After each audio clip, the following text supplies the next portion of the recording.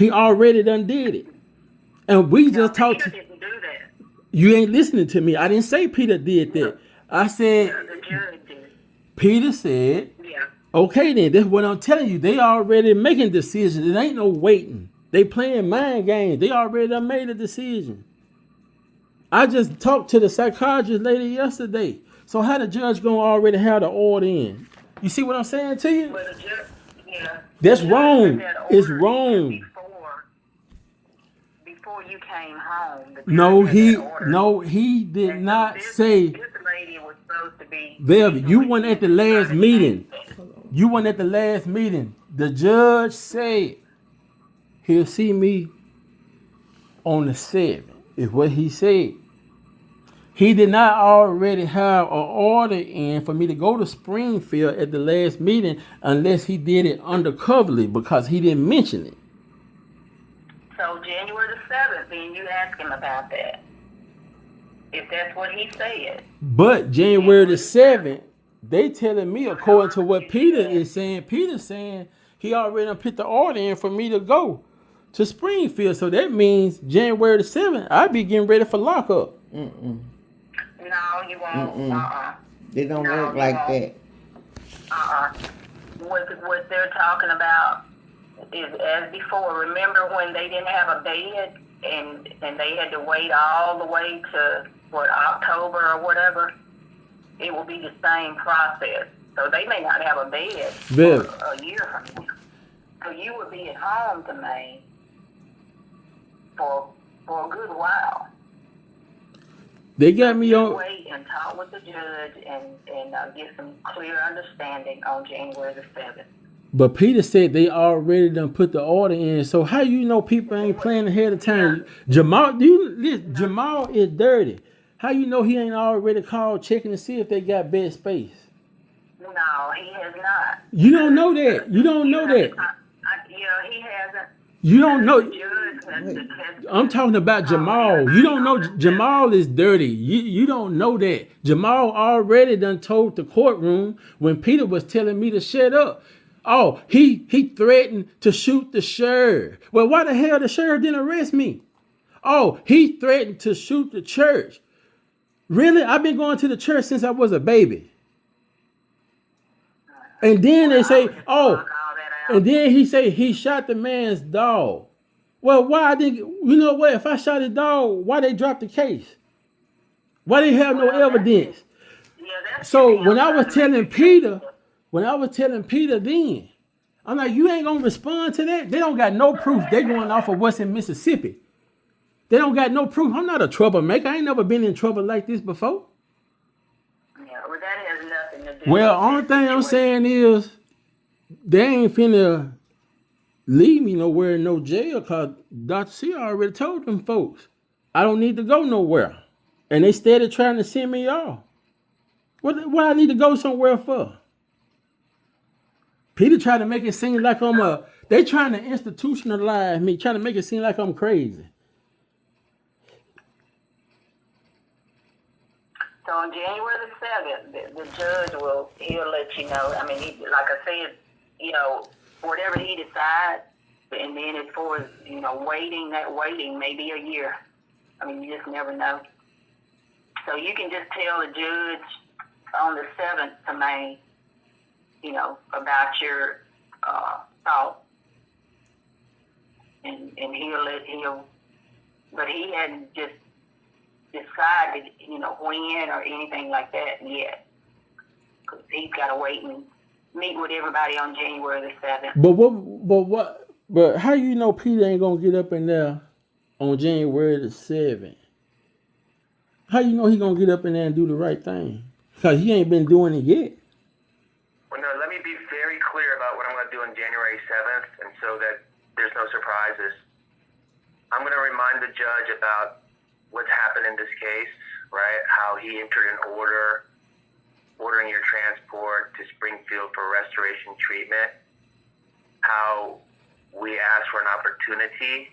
Like, we have to first hold off on that order, even though he entered it, just hold off on it until we could see if we could get another evaluation.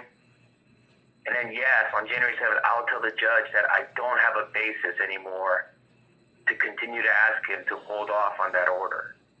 I will say that, and I have to be very clear, and I want to be transparent up front. Once I say that, there's a 99.9% chance, Jermaine, you're right, that the judge will say, well, no need to hold off on this order anymore. Continue to try to get him to Springfield. I do fully expect that that's going to happen on January 7th. I don't want to give unrealistic expectations or hopes or anything. I do want to say that. So You won't go January 7th, right? The judge is going to restart the process. So why would the judge want to send me to Springfield? What's the purpose for that? Like, he don't know me. Why he want to send me to Springfield for? He can ask. Yeah, you need to ask him tonight. You have opportunity to ask him, won't he, Peter? Yes, I think his answer would be because I had a hearing where I heard from, the forensic psychologist who examined you in Colorado, and her determination is that you're not competent to proceed.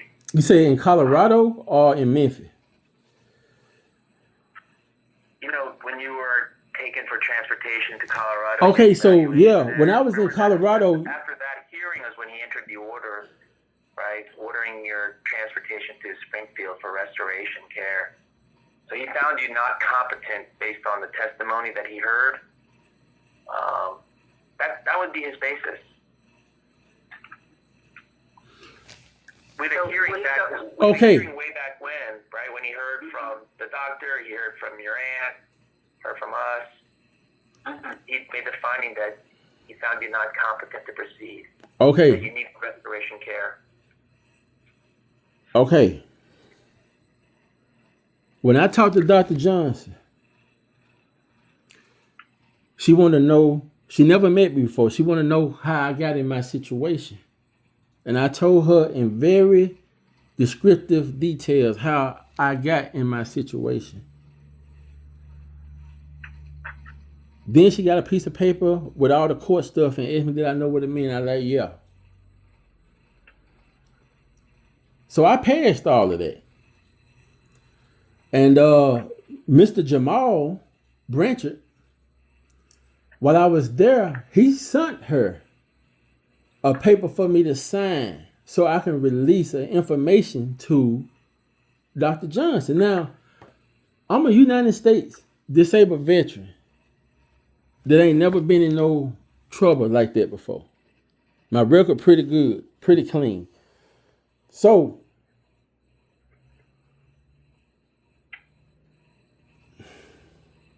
I don't need to give nobody an authorization to get my records. Now, I don't have to do that. And so I asked her, I said, well, Miss Johnson, how did I do on my evaluation? She said, oh, she smiled at me. Oh, you did good. You did great. And you know what?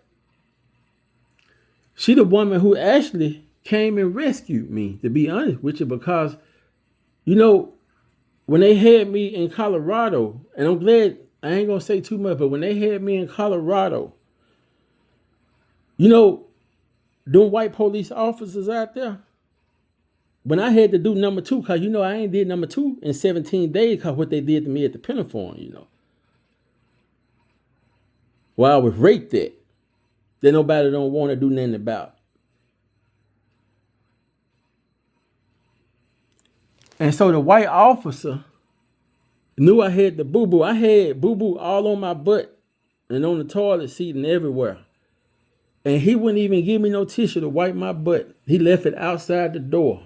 And I had to wait on the next watchman or the watchman that was on watch to give it to me during the next round. I got humiliated. This is what we gonna do. We're going to tell the judge we got to end this, because that's all I got to say, Peter. We got to end this, and I'm going to have to put my period there. And that's it, man.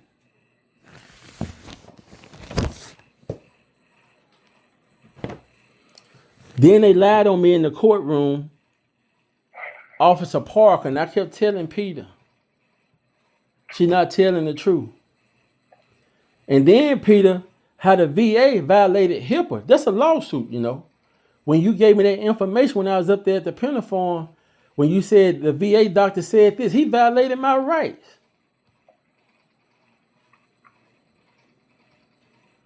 And then you were confident in what they had to say versus me.